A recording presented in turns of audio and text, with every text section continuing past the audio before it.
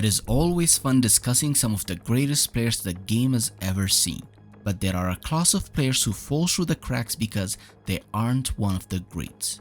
Good football players who did very well in the game, but rarely get mentioned because they aren't special in the traditional sense. And Olivier Giroud is definitely one of them. The Frenchman has been consistently performing for the most part since his breakout season in Ligue 1. Even at the age of 37, he is still delivering for the Italian giants AC Milan. But the discourse surrounding Giroud can at times become polarizing. Some people think that he's an underachiever because of his time at Arsenal, while others believe that he's one of the most underrated players of his generation. And in this video, I'll try to make a case why he is one of the most underrated players of the past decade.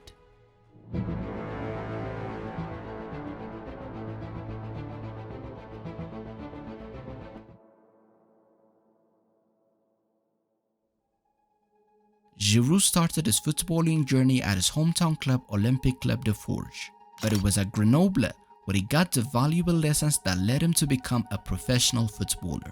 And in 2008, 21-year-old Olivier Giroud made the switch to Ligue 2 outfit Tours. He spent 2 seasons there, scoring 38 goals in 69 games, which helped him secure a move to Ligue 1 team Montpellier.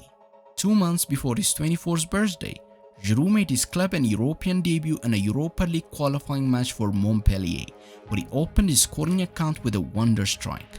And by the end of the season, Giroud managed to score 14 goals for Montpellier in all competitions, making him the club's top scorer. But the next season was even better.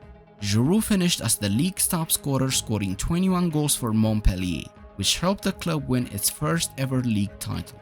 After his impressive season, several clubs were after Giroud, but it was Arsenal who ended up signing the Frenchman for a fee believed to be around £10 million. It was made clear that Robin van Persie would be leaving the club that summer, so naturally, Giroud was labelled his replacement, which added to the pressure. Giroud had a tricky start to life in North London, as he failed to score in his first 6 Premier League games, but he finally opened his Premier League account with a goal against West Ham in matchday 7. He finished his debut season scoring a respectable 17 goals and providing 12 assists in all competitions. His style of play was well suited to the Premier League, as he was physically strong, which enabled him to excel with his hold-up play. His link-up play was also very good, something that would make him valuable not just for his club, but the national team as well.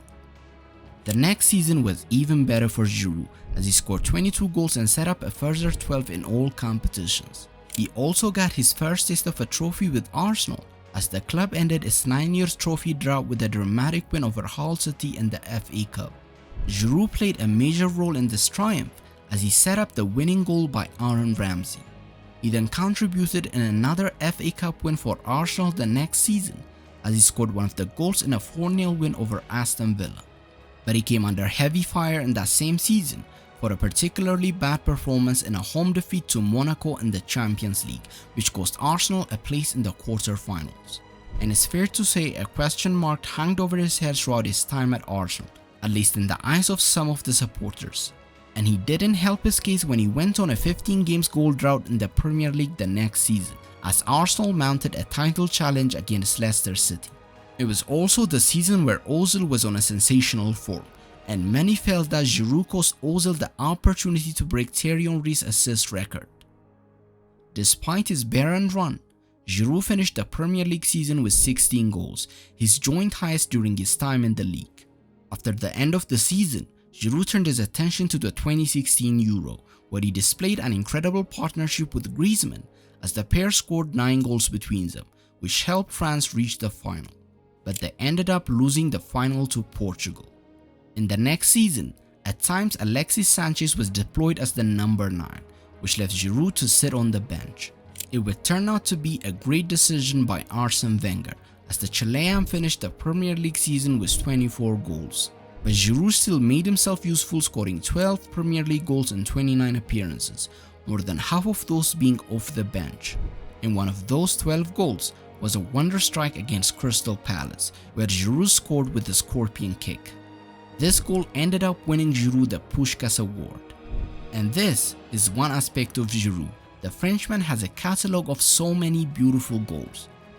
By the end of the season, Giroud won his third FA Cup with Arsenal as Arsenal beat Chelsea 2-1 at Wembley, and Giroud set up Aaron Ramsey's winning goal just as he did in 2014.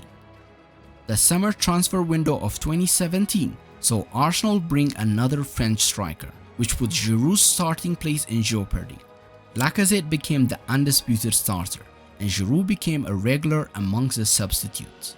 And if that wasn't enough, in the winter window of 2018, Arsenal brought in another striker by signing Pierre-Emerick Aubameyang from Dortmund. So it was natural that Giroud would leave the club now that he was a third choice striker. So while Aubameyang signed for Arsenal, Giroud moved to London rivals Chelsea, and Michy Batshuayi moved from Chelsea to Dortmund, making this one of the most unique series of transfers. Giroud drew the curtains on his Arsenal career after 5.5 seasons. While some supporters viewed him as a solid servant of the club, others labeled him an underachiever. But Giroud's numbers were actually respectable. He scored 105 goals for the club during his time in North London, making him the club's 19th highest goal scorer of all time. He had also set up another 41 goals during his time at the Emirates, which translates to a goal or assist roughly every 110 minutes. While many rightfully remember Aaron Ramsey for his 2 FA Cup winning goals, many tend to forget that Giroud is the one who set up both of those goals. Though Giroud is remembered for his aerial dominance, his link-up play is one of his underrated abilities, and this can be highlighted with the assists for both Wilshere and Brzezinski's famous tiki-taka goals. Despite the 2017-18 season being rocky, Giroud ended up winning the prestigious World Cup trophy in 2018. While he didn't score a single goal at the tournament, he was crucial in facilitating play for his teammates with his hold-up play and his link-up skills. After moving to Chelsea, he enjoyed his most successful stint winning an FA Cup, Champions League and Europa League with the Blues. The Europa League win was even more special as Chelsea beat his former team 4-1 in the final, where Giroud scored 1 and set up another for Eden Hazard. Giroud spent 3.5 seasons at Chelsea, where he scored 39 goals and assisted a further 14, and with that, he ended his Premier League chapter in 2021. He is undoubtedly one of the most underrated players to play in the Premier League, and he has the stats to back this up. Giroud has the 11th highest ratio for non-penalty goals or assists per 90 minutes among all players to ever grace the Premier League. While many might have thought that he was finished at the top level, 34-year-old Giroud moved to AC Milan in the Serie A. Despite his old age, he quickly adapted to the Serie A and ended up scoring 11 goals in his debut season, which made him the oldest player to score double figures in the Serie A in his first season. On top of that, he played a crucial role in bringing the Scudetto back to the San Siro after a decade of waiting. Giroud got even better in the next season, scoring 18 goals in all competitions as Milan reached the semi-finals of the Champions League, but they ended up losing to their bitter rivals Inter Milan. Giroud reached another incredible milestone during this season as his goal against Poland in the World Cup made him France's all-time top scorer, breaking the long-standing record of Thierry Henry. He even has a slightly higher goals per game ratio than Thierry Henry. Despite being 37 years of age, Giroud is still going strong in the Serie A, scoring a goal every other game on average.